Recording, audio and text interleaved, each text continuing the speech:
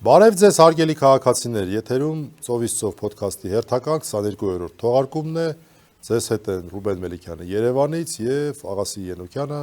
Կալիֆորնիայից։ Ողջույն, Աղաս։ Բարև ձեզ, սիրելի դիտողներ, բարև Ռուբեն ջան։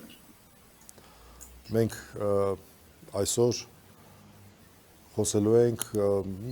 շաբաթվա իհարկե ամենակարևոր իրադարձության Հայոց ցեղասպանության 110-ամյա տարելիցի և դրա շուրջ տեղի ունեցող իրադարձությունների մասին Հայաստանում և աշխարհում և կարծում եմ, որ եթե հաշվի առնենք վերջին մի քանի տասնամյակը, ոչ միայն անկախ Հայաստանի, այլև խորհրդային վերջի տարիները ներառյալ, ապա այսպիսի ամոթալի հոբելյան մենք չենք ունեցել կապված գործող իշխանությունների քաղաքականության հետ։ Աղասին հարցնեմ, Աղաս, այդտեղից ոնց էր երևում առհասարակ ինչ-որ տարբերություն դուք տեսնում եք, չեք տեսնում մարդկանց տրամադրվածության մեջ։ Մի հատ այդտեղից սկսենք, հետո գանք հասնենք Երևանին։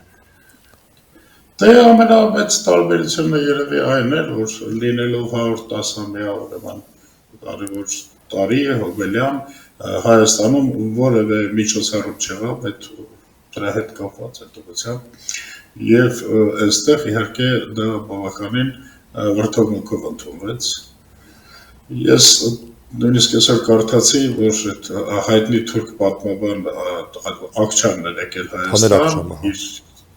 Թաներ Ակչյանը իր գիրքը ներկայացնելու եւ Հայաստանից անգամ որևէ պաշտոնյան նրա հետ չէր հանդիպել, ինչ ասեմ, իսկ Հայաստանում փորձում էին անընդհատ ուրեմն նվազեցնել ցեղասպանության նշանակությունը,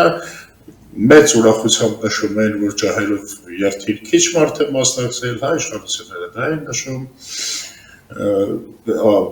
Ինչի իրականությանը իդեպ չի համապատասխանում, ես ինքս մասնակցել եմ եւ 3 տարի առաջ եմ մասնակցել, էական տարբերություն չէի տեսնում, ընդհակառակը ջահակիրների թիվը կարծեք թե մի քիչ ավելի մեծ էր։ Անհասկանալի էր, թե ինչի էր դրա համար ուրախանում իշխանությունները, աստորեն ուզում էին ցույց տալ, որ ցեղասպանության շղթելու, ցեղասպանությանը մերժելու իրենց քաղաքականությունը արդեն որոշակի բաներ է տալիս, արդյունքներ է տալիս։ Անհասկանալի էր իհարկե նաև Թրամփի ելույթը, որ քայլեր ետ, աստորեն չօգտագործեց Թրամփը գենոսիդ բառը, անցավ նախկինում Բայդենից առաջ օգտագործվող մեծ եղան տերմինին եւ դու այսօր հետաքրքիր բան ցույցեցիր, որ չգիտես ինչու, ուրեմն ռուսերեն տեքստում օգտագործված է գենոսիդ բառը, բայց ասենք հայերեն եւ անգլերեն տեքստերում դա չկա, մի քիչ զարմանալի է, ինչ է, ռուսերեն են ուզում ինչ-որ բան հասկացնել, չեմ հասկանում դա աստորեն։ Փաստ է ամեն դեպքում, ֆիքսենք, որ այդ փաստը առնվազն վկայում է այն մասին, որ Թրամփը չի հրաժարվում այդ իրադարձությունները ցեղասպանություն որակելուց եւ ընդամենը ինչ-որ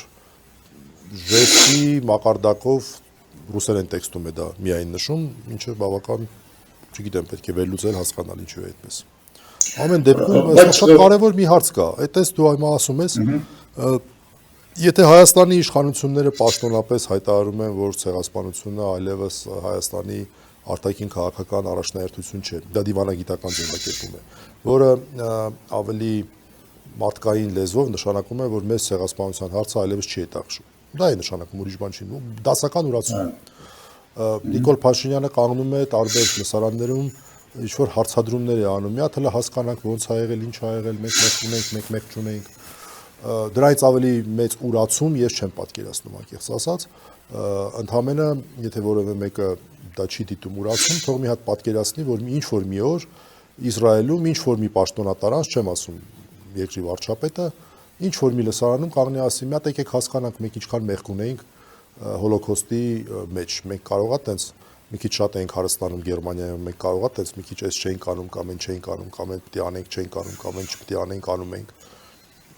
Ուղղակի դժվար է պատկերացնել, թե ինչ ճակատագրի կարժանանա այդ մարդը եւ որտեղ կհայտնվի առհասարակ նա։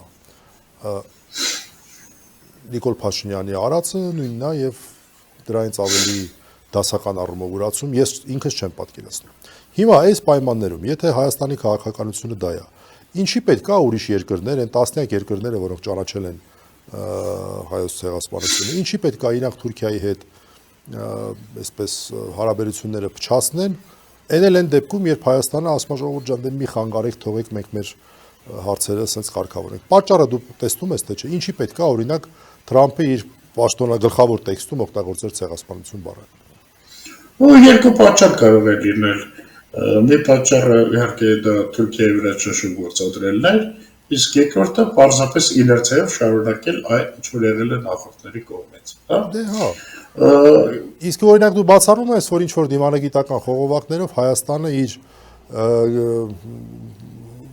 գործընկերներին, այլ երկրներին չի ուղարկել նոտա, նշելով, որ մենք ձեզ խնդրում ենք ցեղասպանություն բառը չօգտագործել։ Օրինակ դու դա բացառում ես, ես ընդհանրապես չեմ բացառում։ Ոչ մենք չեմ բացառում, այլ համոզված եմ, որ նման բան եղել է։ Համոզված եմ, որ նման բան եղել է եւ ի վերջո Հայաստանի գործողությունները, Նիկոլի գործողությունները, նրա ելույթը այս ամբողջ տենդենսը, հա, որ պետք է մենք դա չդնենք մեր քաղաքականության մեջ, մենք Թուրքիայի հետ ուրիշ հարցեր ունենք լուծելու։ Այս ամեն ինչը ցույց է տալիս, որ Նիկոլը փորձում է ուրեմն Թուրքիայի հետ հարցեր լուծել։ Ես երկրները փաստորեն եթե գնան ցեղասպանության ճանաչման ուղղությամբ, իրենց մոտ հարց է առաջանալու։ Այս մարդիկ ուզում են իրար հետ հարաբերությունները կարգավորել։ Մատի մատանու արանքը ինչի ենք մտնում։ Այո, ինչի ենք մատի մատանու արանքը։ Իսկ գիտես, այդ իրական Հայաստանը ստեղծելու, հա, այդ խայտառակությունը իր հայտարարած, փաստորեն դրա էլեմենտներից է, չէ՞, ցեղասպանության մերժելը, փաստորեն հայի ինքնությունը նա բերում հանգեցնում է նրան, ինչ որ եղել է, ասենք Արցախյան պատերազմից հետո։ Սա ուղղակի խայտառակություն է, որովհետև հայի ինքնությունը, հա, այսինքն նկատի ունես վերջի պատերազմից, հա, այսինքն վերջի պատերազմից հետո։ Այո։ Չտես, օրինակ 3 շաբաթօրը Հայաստանում նշվում էր Նիկոլենց կողմից տոնացույցում կատարված առաջին տոնական եւ հիշատակի օրերի մասին օրենքում, տոնացույցում կատարված առաջին փոփոխության հետ կապված օր, այսինքն առաջի բանը, որ իրանք փոխեցին, դա էր մտցրեցին այսպես կոչված քաղաքացու օր։ Ահա։ Հիմա իրականում հետաքրքիր զուգադիպությամբ երկու օր տարբերությամբ այս երկու կարևոր հանգամանքներն են իրար բախվում երևի թե իրար հակադրվում, որ մի կողմից մենք ունենք երկար ժամանակ հայի ինքնության, հայի ինքնաճանաչողության, հայի մոտիվացիայի գործունեության մեջ կարևոր դեր ունեցող ապրիլ 24-ը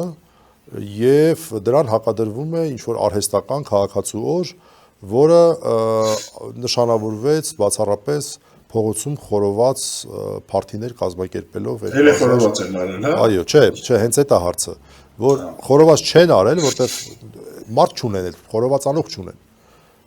Կանեին մեծ հաճույքով, եթե մարդիկ պատրաստ լինեին նշեին այդ օրը։ Բայց ես մտածում եմ, որ այսօր իրանց համար լինելու է լռության օր, սենց առանձնապես բան չէին անելու անցնելու են, բայց նկատեցի, որ տարբեր տեղեր մարզերում բանում ինչ որ փողեր են դուրս գրել, միջոցառումներ են արել, բան են արել եւ այլն, եւ իհարկե Նիկոլ Փաշինյանը հանդես է եկել ուղերձով, որը ուղղակի զզվանքից բացի ուրիշ բան չի առաջացնում։ Հիմնական այսպես կարգախոսը այն էր, որ այ քաղաքացու ինչի է կարևոր, որտեղ մինչև հեղափոխությունը իր բարերով ասած, իշխանազավթումը դե ֆակտո 18 թվականը ոչ թե ուրեմն դրանից առաջ պետությունն էր քաղաքացու տերը, իսկ դրանից հետո քաղաքացին դարձավ պետության տերը։ Իրականում միանգամից այդ հայկական ռադիոյի անեկդոտը հիշեցի, որ ասում է դու ավելի լավ կհիշես, ասում է ինչով է տարբերվում կապիտալիզմը սոցիալիզմից, դե ասում է կապիտալիզմի ժամանակ մարդը շահագործում է մարդուն, իսկ սոցիալիզմի ժամանակ հակառակը։ Այդ անեկդոտը հիշեցի։ Իրականում ասենք բառախաղ, պարզապես, այս ինչը նրա տերն է, այն ինչը նրա տերն է, եւ գիտեք շատ ողբերգական զուգադիպությամբ հենց այս օրը, որտեվ քաղաքացու օրը շարժական տոն է, շարժական, այսպես տոն շակերտներով եմ ասում իհարկե, շարժական օր է, ոչ թե կոնկրետ օր է ֆիքսված, այլ ապրիլի վերջին շաբաթ օրը, եթե չի համընկնում այս ինչի հետ, ինչ որ տես մի խոսքով, վերջին շաբաթ օրը մի տարի մի օր ալինում, մյուս տարի մեկ այլ օր ալինում, իսկ հենց այդ օրը, այսինքն երեք, այսինքն շաբաթ ամսի 26-ին, դա այն հայտնի Հայաստանի Հանրապետության քաղաքացի Սոնա Մնացականյանի մահվան տարելիցներ 3-րդ տարվա, երբ որ ակնհայտ երևում է, թե ոնց է պետությունը վերաբերվում քաղաքացուն Նիկոլի օրոք, որ կյանքում այդպես պետությունը չէր վերաբերվի եւ վերաբերվում քաղաքացուն որևէ այլ Հայաստանի պատմության որևէ այլ ժամանակահատվածում։ Դրանից ավելի ճակերտավոր ողբերգական համընկնում, ասենք այդ քաղաքացու օր միաժամանակ մարդիկ հիշում են Սոնա Մնացականյանին եւ այդ դատակ խոսքերը քաղաքացին պետության տերն է, պետությունը քաղաքացու էս ինչ են, նրանք լրիվ փշրվում են այս մեկ փաստի վրա, որ ես հետևում եմ պաշտպանի հետ էլ կապի մեջ եմ, Ռաֆի Ասլանյան, շատ լավ պաշտպան, եւ տեսնում եմ, թե ոնց է այդ տղան իրան ճղում, ոնց է իրանից կախված ամեն ինչ անում, բայց դե ինչ անի այդ մարդը։ Հորեղբայրն էր վերջի դատական, նախավերջի դատական նիստին վատացել, նույնիսկ հիվանդանոցեր ընկել, եթե չեմ սխալվում, լուրջ խնդիրներով, հիմա տես մանրամասների մեջ չմտնեմ։ Մի խոսքով, մի մեծ ողբերգություն, ինքնին դեպքներ ողբերգություն, եւ ոչ պակաս ողբերգությունը վերաբերմունքը այդ թքած ունեցողական վերաբերմունքը այդ ընտանիքին։ Էս է իրաց քաղաքացու օրը։ Դե գիտես, ինչ որ մի խայտարակություն է այս մոտեցումը, այս իրական Հայաստանի մոտեցումը, որ բերում ես քեզ ընդհանրապես կտրում ես արմատներից եւ ասում է, որ երկիրը ստեղծվել է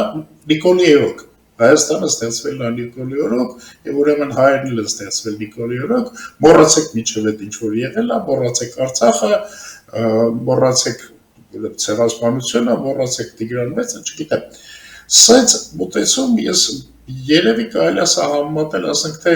յետ գաղութատիրական աշխարհի հետ, որտեղ որ ինչ որ կամավոր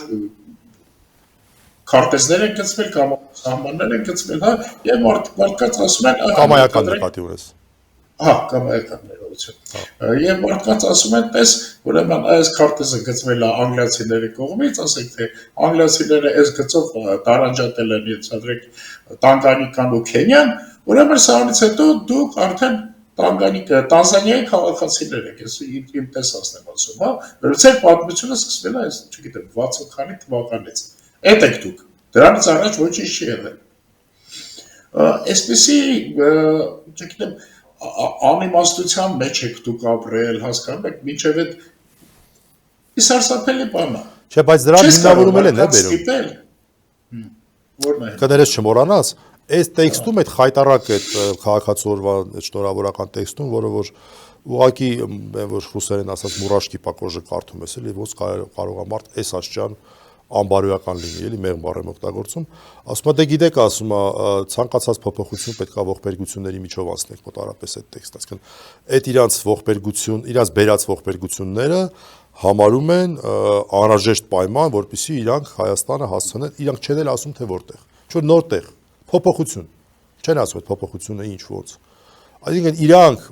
ինչ որ առումով մի անգամ ուղիղ էր ասել, ես հիշում եմ, հպարտանում են իրանց բերած ողբերգություններով, իրանք հպարտանում են դրանով, սա չլսված բան է, դաժե այդ քո ասած Քենիայի եւ Տանզանիայի բանի ժամանակ դժվար թե էլի մարդիկ դնեն էմոցիոնալ առումով հպարտանան իրանց բերած ողբերգությունների համար, դա մի քիչ չլսված բան եմ ես համարում։ Բայց իմաստը որն է, իմաստը փաստորեն ցույց տալն է, թե ինչ որ մի ձեռքբերում արել է այս իշխանությունը։ Այսինքն, ուրեմն մեր մոտ եղել է ողբերգություն, ինչի համար եղել ողբերգություն, որ ստեղծենք հզոր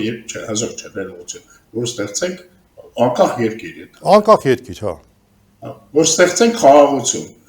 Այս խաղաղության պայմանագրի հետ կապված այս ամբողջ այս ստորաքարշությունը, չէ, որ չգիտեմ գնում է Ալիևին, տարբեր հարթակներում ծկաչոք խնդրում, որ ստորագրի այդ թուղթը Թուրքիային է խնդրում, չէ՞, սպաստորեն այս ցեղասպանության մերժումը էլի ծիրի մեջ է։ Այս ամեն ինչը անում է նրա համար, որ ցույց տա ինքը ինչ-որ բան արել է։ Հիմա ենթադրենք նույնիսկ էլ այդ մասին 1000 անգամ խոսել ենք, նորից կրկնենք։ Ենթադրենք այդ խաղաղության պայմանագիրները ստորագրած։ Ինչ է դա տալու որևէ մեկին։ Դա իրոք է ինչ-որ բան տալու։ Դա տալու է Նիկոլին Նորման 26 թվականի ընտրություններին եթե հասնի 26 թվում ինչ որ մի խոսալու բան, որ ավելի մարդկանց համար հասկանալի լինի։ Լրիվ համաձայն եմ։ Ցեղասպանության օրվա հիշատակի օրվա հետ կապված երկու իրադարձություններ կար, որ ես կուզեի քննարկենք, որը շենց մեծ քննարկման առարկա դարձավ։ Մեկը դրոշներ այրելու հարցն էր, որը որ ոչ միայն նիկոլականները, որոնք կատաղի ձևով էին դրան հակադրվում, ինչ ասես չէին ասում, եւ նաեւ պետք է ընդունենք, որ բավական հականիկոլական տրամադրված շատ մարդիկ եւս դրա հետ համաձայն չէին։ Քո կարծիքը ո՞րն է այդ հարցում։ Հիմա դա իր սովորական կարևոր ժեստ է եւ այդ քայլը արվել է տարիներ շարունակ, հիմա էլ արվում է, թող ինչ խնդիր կա դրա մեջ։ Այո, մերժում են Ադրբեջանի քաղաքականությունը, մերժում են Թուրքիայի քաղաքականությունը եւ այս դրա համար որպես բողոքի արտահայտություն այրում են դրոշը։ Նախ արդեն Ադրբեջանից ստացվեց ցուցում 3 էր թե 3 չառաջի օրեր, որ հայտարարեցին, որ Հայաստանը պետք է քրեականացնի եւ պատժի այդ մարդկանց։ Դες հիմա անկախության մասին են խոսում։ Ռուսաստանից ինչ որ մեկը ինչ որ մի հատ մի բան ասում Հայաստանի հետ կապված, միանգամից ոնց թե բա մենք անկախ երկիր ենք, դուք ով եք։ Ադրբեջանը ուղիղ ցուցում է տալիս Հայաստանին, ասում է պատժեք։ Որևէ մեկը անկախության հարց այստեղ չտեսավ։ Էլ չեմ խոսում։ Հիմա այստեղ խնդիրը որն է, ես ուզում եի այս սրան անդրադառնալ, մի կարևոր բան, նույն Ամերիկայի Միացյալ Նահանգներում 80-ականներին այդ նախադեպը եղավ, որ մարդուն Ամերիկայի դրոշը վառելու համար դատել են եւ 80-ականների վերջին Գերագույն դատարանը շատ կարևոր որոշում է կայացրել, որտեղ որ դա հայտարարել է խոսքի ազատության դրսևորման ձև, բողոքի ազատության դրսևորման ձև, որ մարդը ինչ որ մի քաղաքականության դեմ բողոքելիս իրավունք ունի նաեւ դիմել այդպիսի միջոցի։ Այսինքն նշենք, որ նախադեպերը այն ուղղությամբ են, որ դա բողոքի արտահայտման լեգիտիմ իրավաչափ ձև է եւ օրինակ այդպիսի բողոքի արտահայտման ձև էր Նիկոլյանի այդ հայտնի դրոշ այրելը հիշում ես մարզահամերգայինում երբ էր նախանցել տարի էր հիշում ես այդ դիզայներ տղայի Ինչպես խնդրում են ինչի մասներ խոսում որ ինչ որ միջոցառում էին անում սպորտային նաև Ադրբեջանի թիմներ եկել այդ տղան դիզայներ հետո ձերբակալեցին հսկայական աղմուկ բարձրացավ եւ էսա հարցը գիտես աղմուկ որ չլինի ոչ մի բան չէին անի աղմուկ չլիներ այդ տղուն դատել էին աղմուկի պատճառով վրաց բաց թողեցին կոպիտ ասած իրաց թքածը լիզեցին ասացին լավ կներեք հաջողություն էսա եւ այլն այսինքն դրոշ այրելը ինքնին այն մարդիկ որոնք որ ասում են այս ինչ բարբարոսություն ա դա չէ ախպեր տենց չի ձեր կողմից ընդունված հարգված որոշ մարդկանց պարագայում պաշտված արևմուտքում սա շատ նորմալ բողոքի դրսևորման ձև է եղել է ճանապարհ դա քրեականացնելու բայց համակարգը գտել է եւ շատ ճիշտ է գտել որ չէ ախպեր սա խոսքի ազատության դրսևորում է արտահայտման ազատության ու իդեպ խոսքի ազատություն տերմինի փոխարեն որ այսօր շատ ավելի ընդունված է արտահայտման ազատություն տերմինը դա մեկը նաեւ դրանով է պայմանավորված որ դու կարող ես քո մտքերը արտահայտես ոչ միայն խոսքով այլև գործողություններով օրինակ դրոշ այրելով իսկ Հայաստանում դա արդեն ավանդական նշանակություն է ձեռք բերել այնպես չի որ ինչ որ որևէ մեկի համար անկանխատեսելի է որ ապրիլի 24-ին մարդիկ ովքեր որ կազմակերպում են ջահերով երթը այրում են Թուրքիայի եւ Ադրբեջանի դրոշները որպես բողոքի գործողություն Օրինակ Ամերիկայի մասով դու ինչ որ տենց դեպքեր լսել ես թե չէ որ դրա համար ինչ որ մեկին պատասխանատվության կանչեն բացի այդ հայտնի 80-ականների դեպքից Գիտես, այստեղ շատ հետաքրքիր բան կա, ինչքան իմանալով, հա, ուրեմն նույն Ամերիկայի դրոշների ուտիլիզացնելու պաշտոնական ձև կա, որ երբ որ դրոշը հին է, քրքրվել է կամ բան, տանում հասնում ես պետությանը եւ պետությունը ոչ թե պարզապես թափում, այլ վարում է դրոշները, ամերիկյան դրոշները։ Ուսի հետաքրքիր մոտեցում է, այնպես որ դրոշ վառելը համարվում է նաև, այսինքն դրոշի հանդեպ հարգանքի ինչ որ ձև է այստեղ, լավ է դրոշ ասիր այախպետ որ այդ դրոշը չես շպրտում պատահական աղբանոցում, հա, այլ պարզապես այդպես դե հա, բայց այդ ուրիշ է, այս ուրիշ է ամեն դեպքում հետաքրքիր Չէ, ես ուրիշ բան եմ ուզում ասել, որ շատերը հիշացնում են, որ նույն Նիկոլեն Քեյն ուրեմն Ռուսաստանի դրոշը ժամանակին։ Այո, շատ կարևոր է։ Այո։ Հետո ինչ։ Հա։ Այսինքն դա իրենց հիմա հիշեցնեն, դա իրենց հիմա ասեն, թե դա ձեր ինչ վերաբերմունքն է ուրեմն Ռուսաստանի նկատմամբ, հա։ Բայց ամեն դեպքում ես ասեմ, որ չի բացառվում, որ Ալիևը Նիկոլին ներկայացվող նախապայմաններից մեկը դնի ընդհանրիկ Ադրբեջանի դրոշի վառելը քրեականացնելու ուրեմն հոդված։ Դուք ասացին արդեն, ուղիղ հայտարարել են Ադրբեջանը, ուղիղ հայտարարել է ոչ մեկ։ Բայց դա ստորագրի, բայց դա ասում են միջև դա չանես չեք ստորագրի, հա, երեք ասում։ Դե ես բան չեն ասում, հաջորդ բանին կարող են ասել, ամեն դեպքում տենց շատ ժոստկի, շատ հստակ դա դրվեց։ Երկրորդ դեպքը, որ տենց շատ քննարկվեց, դա Իրանի մեր իրանահայերի վարքագիծներ, երբ համայնքային միջոցառման ժամանակ դեսպանատան ներկայացուցիչները եկել էին ինչ-որ ծաղկեպսակ թե ծաղիկներ բերելու,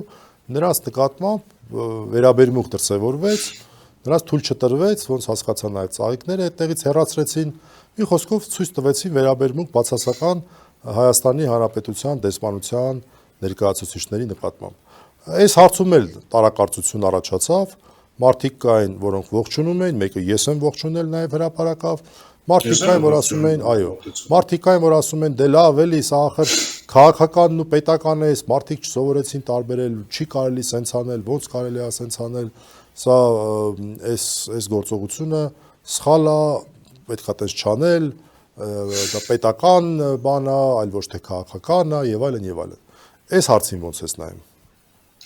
Ես կարծում եմ, որ դա ցույց է տալիս, որ բավականին հզոր համայնք կա Իրանում, որ կարող է համախմբի ժողովրդին եւ փորձի Հայաստանի հանդեպ իր վերաբերմունքը ցույց տալ։ Իսկ Հայաստանի հանդեպ իր վերաբերմունքը, այսինքն Հայաստանի իշխանությունների կողմից ցեղասպանության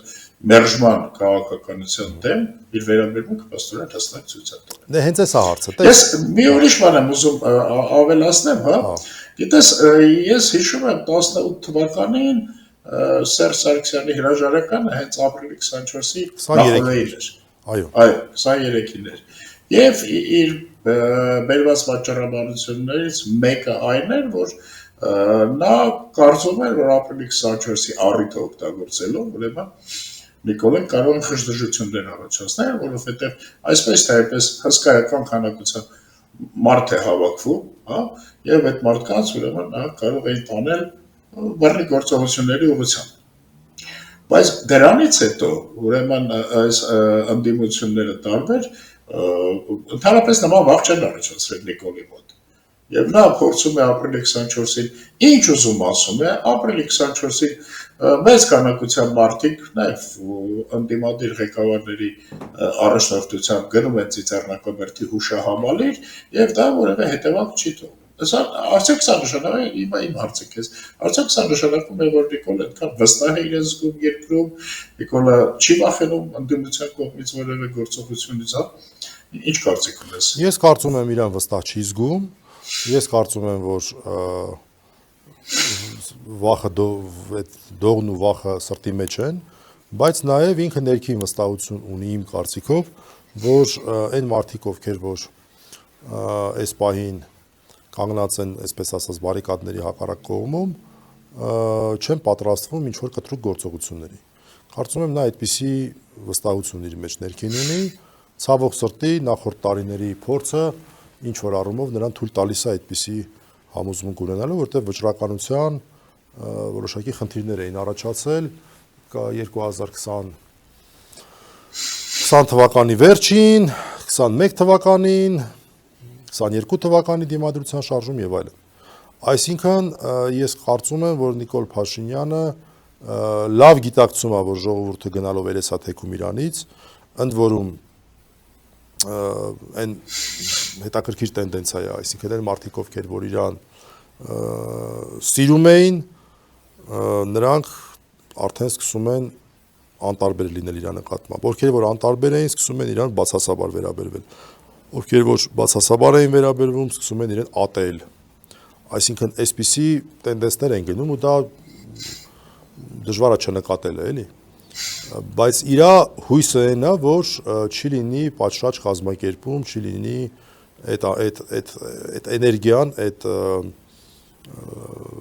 հուժկու էներգիան կազմակերպող, ճիշտ հունի վրա դնող չի գտնվի։ Ինքը այդպես է կարծում, ես էլ մեծ հույս ունեմ, որ ինքը սխալ է կարծում։ Բայց տես, այսինքն քո ասածից դուրս է գալիս, որ Հայաստանում հիմա եկել է այն վիճակը, որ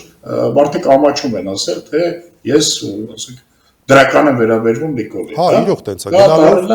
Գնալով դա գիտես այն մարդիկ կարան ասեն, որոնք որ շատ քիչ են լավ այդ մարդիկ, կամ պետքա Նիկոլենցից ուղիղ ֆինանսական կախվածության մեջ լինեն, պաշտոն, փողային եւ այլն, կամ էլ մի խավ կա, որը իրացիոնալ խավ է, բոլոր երկրներում էլ կա այդ մարդկանց մասին երևի թե այդպես շատ դժվար է իրանց հետ որևէ կերպ, որտեղ իրացիոնալ մարդիկ կան։ Հիմա ամեն տեսակ մարդ կա, ինչ որ մարդիկ էլ իրացիոնալ են, չէ՞։ Մարդիկ կան, որոնք որ պատրաստ են ողջունել Հայաստանը, Ադրբեջանին էլ հանձնելը, պատրաստ են ողջունել Հայաստանի դրոշը թուրքականով փոխարինել, ամեն ինչ պատրաստ են ողջունել։ Իրացիոնալ մարդիկ են, ինչ ես ուզում այդ մարդկանցից։ Ուղղակի քիչ են այդ մարդկանց թիվը, այդ մի խումբն է, մյուս խումբն էլ դա Նիկոլենցից ուղիղ կապի մեջ գտնվող մարդիկ են, որոնք որ տենց ոչ թե ընտրել են արժանապատվությունը, այլ ընտրել են հացը։ Տենց մարդիկ էլ կան, էլի քիչ չեն։ Այնպես չի, որ տես մենակ Հայաստանում են այդպիսի մարդիկ։ Գիտես ինչ, ես ինչից եմ վախենում, այսինքն, երբ որ խոսում ես սահմանադրություն փոխելու մասին, շատերը, վերլուծաբաններ, քաղաքական գործիչներ, պնդում են, որ Նիկոլը չի գնա այդ քայլի, որովհետև նա կվախենա մարդկանց մոբիլիզացիայից, ուրեմն հանրաքվեի ժամանակ, հա։ Հիմա փաստորեն սա ցույց է տալիս, որ քանի որ ընդդիմությունը չունի մարդկանց մոբիլիզացիան, մարդկանց էներգիան, մարդկանց ներուժը կանալիզացնելու ուղղությամբ որևէ ուղղությամբ ուղարկելու մտադրություն կամ պոտենցիալ, ապա նա կարող է սահմանադրությունը փոխել։ Ավելին իրեն հայտնի շատ ու շատ մեթոդներով հագիստ կգնա 26 թվականի ընտրություններին եւ ընտրություններում էլ կհաղթի, հա։ Այս է վտանգավոր, այսինքն ես լավ ենթադրենք տվյալ պահին մարդիկ ընդունում են, որ գործողությունների, չգիտեմ, տարբեր բողոքի ակցիաների ժամանակը չի, այդ ակցիաները իրենք միջև վերջ հասցնելու պոտենցիալ չունեն, հա, բայց սա ցույց է տալիս, որ Նիկոլը հանգիստ կարող է շարունակել երկրի կառավարումը։ Դե հələ դենց հետևություններ չանենք, դեռ տենց նոր ապրիլն է ավարտվում։ Տեսնենք էլի 1-2 շաբաթ հետո ավելի հստակ կարողանանք գնահատել, դեռ գարնանային սեզոնը չի փակվել, ես հույսեր դեռ պահպանում եմ, որ հնարավոր է ինչ-որ որոշումներ կայացվեն ամեն դեպքում, բայց այն, որ այս պայմաններում գնա ընտրություն կլինի, թե հանրաքվե կլինի, էական չի, մեծ պրոբլեմ կունենա, փաստ է, դրա համար է ընկած այդ մարդկանց ոտերը մի թղթի կտոր է ուզում, մի ստորագրությունն է մուրում, ինձ թվում է դրա նպատակը հենց այդ է, որտեվ երևի թե հաշվարկել են, որ դա է նախապայմանը, որ ինքը հաղթելու շանս ունենա։ Ակնհայտ է, որ այդ թուղթը իրենք կտան ընտրություններից առաջ, եւ այս ցկցակելը ամբողջ իմաստային է, որ հենց ընտրություններից առաջ տան, որպեսզի այդ թղթը ուրեմն գնա, բոլորին ցույց տա, թե տեսակ ժողովուրդ, ես ձեզ խաղաղություն եմ բերել։ Հիշում ես, չէ՞, Չեմբերլենի հայտնի խոսքը։ Այդ հայտնի թուղթը, այդ թուղթը հիշեք, Սամարոտից որ իջնում է, որից հետո ինչա կայանում։ Այն ինձ թվում է ժամանակն է, որ մենք այստեղ այդ Չեմբերլենի այդ արդեն սկսենք նախապատրաստել ժողովրդին, այդ Չեմբերլենի հայտնի նկարով նա շատվեց Չեմբերլենում։ Լավ, այս ոչ շատ ուրախ նոտայի վրա էլ այսօրվա մեր ծովից ծովը ավարտենք, մեր ավանդական կոչը հղենք մեր քաղաքացիներին, նկարագրության մեջ նշված հարթակներով, բոլոր նրանց ովքեր ունեն դրա հնարավորությունը, կոչ ենք անում աջակցել անտիֆեյքի մեր գործընկերներին, մեր podcast-ը ծովից ծովը հեռարձակվում է Anti-Fake-ի հարթակում եւ այս ձեր աջակցությունների շնորհիվ տեխնիկապես մեր գործընկեր ընկերները ավելի են ուժեղանում, նոր հնարավորություններ, նոր տեխնիկա եւ կարծում եմ, որ դուք էլ կարող եք ձեզ լավ զգալ, որ ձեր մասնակցությունը այստեղ մեծ է։ Եվ աղացնել Ես էլ ավելացնեմ, այո, ավանդաբար խնդրում եմ ձեզանից ավելի ակտիվ լինել ձեր մեկնաբանությունների կոմենտների մեջ, ինչը մեզ օգնում է։ Եվ նաև լայքեր դնել, որը նաև տարածմանն է ավելի շատ նպաստում։ Ես էլ հատուկ ասում եմ, որ նախորդ թողարկմանը ինձ ուղղված մի երկու դրական բաներ կա, կարդում եք, շնորհակալ ենք, շատ զգացված ենք։ Տեսություն, մինչ մյուս կիրակի 20:00 Երևանի ժամանակով 9 AM Ամերիկայի արևմտյան ափի ժամանակով։